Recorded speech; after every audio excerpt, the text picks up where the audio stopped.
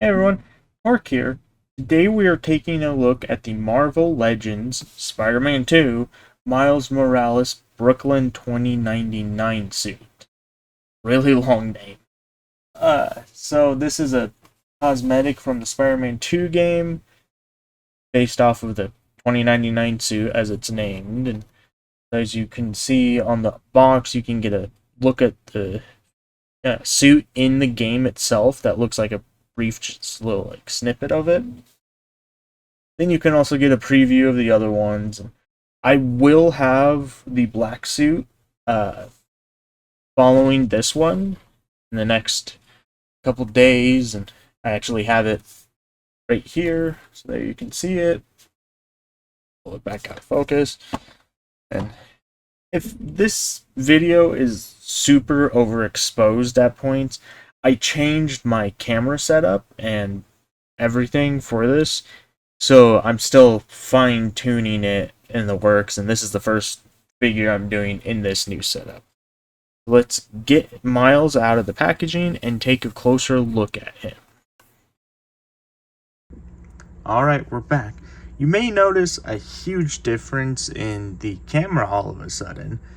The reason for that is I was recording using a webcam, trying to integrate it all with my computer because I've just been using my phone previously. That did not go very well at all. So this is actually like a couple days later from when I recorded the intro, and now I'm using a better camera because I switched back to my phone. So alright, well, let's look at the 2099 Miles suit from Spider-Man 2. We're going to take a look at the detail. One thing that I went over in the original video was this mismatching of the paint. It looks so off, especially as I've had it in my collection for a few days. The paints are just so drastically different throughout the figure. The shoulders are different from the bicep, which is different from the chest, which is different from the eyes, which is different from the pants, the hands. There's just so many reds going on. I think they tried going for like a pulsing effect and failed because it looks weird rather than just actually like in line. That, or they didn't do enough coats of the paint. But I mean, they did a good job like sculpting the lines in there because you have the spider logo all across the back and the head, and then down to the legs. And yeah, it just is overall kind of wonky. And so we're gonna take a look at the articulation. I forgot to grab the hands, so I'm gonna grab those real quick. So now that we've taken a look at the paint of the figure, because there's not a whole ton of detail on the figure itself, and all he came with is other hands, we're just gonna take a look at the hands really quick before we get into the articulation. This one's going to be a rushed one just because I want to get it out. It's delayed because of the stupid camera stuff. And, yeah. So, gonna go through it fairly fast. The hands are all basic, generic Spider-Man figures. You got the splayed out hands. The fists, which are closed, so no open fists to be able to actually grab physical items. And the whipping hands. So it's nice he came with dual sets of hands for each. A lot of Spider-Mans will only give like one climbing hand or one thwipping hand and two fists, or two thwipping hands and nothing else, like the one Iron Spider figure. But overall, it does what he needs it to do. And I guess he came with those two like web effect things, which I have somewhere. I don't know where I did with them. But he doesn't come with a whole lot. Like, there's no extra Miles head. Yeah. I was super, not excited, but I was looking forward to this figure. It's honestly, visual-wise, it's not as bad as it can seem. It does a fairly good job of capturing that suit from the game. The articulation is what really disappointed me, especially with the legs.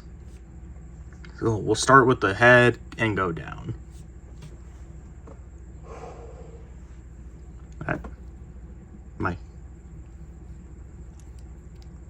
Okay. Taking a look at the head, it is just a hinge and ball joint. And so it can look back that far, which is decent. Can look down that far, which is really nice. Doesn't have any tilt due to the fact it's not a double or a dumbbell. It's just a hinge and a ball joint. So, but he can get some tilt action if you turn the head. But not the greatest Spider-Man head. The symbiote from the Spider-Man 2 game actually had a really nice head on it. Check out that video. It'll be up shortly after this one. Going down to the shoulders, we have a butterfly joint, which goes in and out, so it can go, straighten the arm a little bit.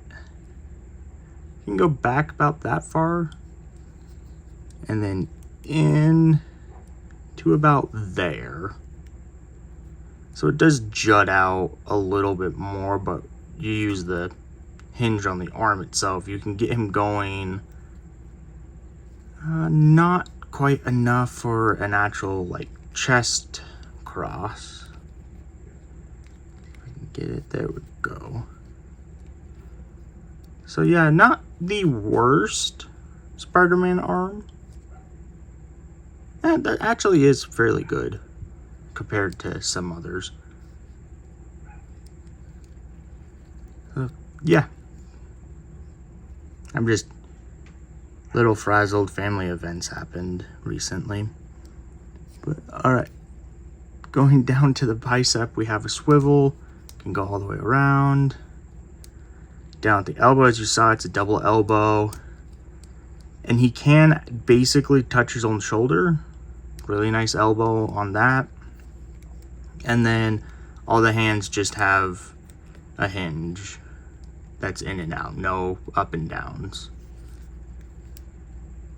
So going down to the abs and the waist, this is one of my first gripes with the figure. There is no tilt to the main torso of the figure at all. The torso here is just a single hinge that barely goes forward, and it can go back decently, but for a character that needs to crunch, he barely can see his own toes. So that's really disappointing for a Spider-Man torso. Then for the turn, it's just that entire waist just turns, which gives him really unnatural, almost what was it, 90s Batman? Couldn't turn his head, so the whole body just went, That's the vibes it gives me. But yeah, so that was the first disappointment. The second one was at the hips. Dude barely can take a step forward. And that comes from the bulkiness of these, I guess you could say the cup of the ball joint there. It's so thick that it prevents the figure from being able to actually make use of that. They could have gotten away with it, I think, by making made that a much larger cut at the crotch piece there. But yeah, that's disappointing. You can kind of falsify it, I guess, in a way. Yeah, you turn it up to the side and then like that, and that's compared to just straight. You get a little more just because of those molds right there. They're hitting. You can kind of see the scuff marks of where it's actually hitting right there. It's kind of dented it in. But yeah. But I mean, the rest of the legs aren't bad. You have a thigh swivel, which a lot of like Black Series figures nowadays are missing that. Disappointing. But then at the knees, like the elbows, got another double. They're honestly super tight, but they are able to close fairly well, which does help kind of account for the poor, I guess you could say the poor hips can kind of get him in a, like, jump. I don't know what this pose is. It's not even a pose, it's, yeah. But going down, he does have a swivel at the ankle itself. So not just the toe rocker, but the actual boot swivel there too. Which is nice, especially for Spider-Man's, where you need to have that foot sometimes propped up against the wall because he's running. And like that knee is going out, but then you can have the foot in like that. So yeah, that is nice. It doesn't completely solve the fact he can't kick that leg forward. Actually, I think you can see better there. Yeah, it hits. That cut's just not big enough. But that's what you get when you do bulky clothes on figures. So, I mean, it's not the greatest Spider-Man, but for what it's supposed to be, it works. Would have been nice to have seen just better hips and not that waist at all. That is, I didn't like it on the standard Miles Morales, and I don't like it on this one. But that's the figure, I guess. Sorry for the delay. Hopefully this is a lot better in editing, and yeah, Symbiote review is so much better. Such a great figure. But all right, thank you for watching. Hope it was informational, and hang in there.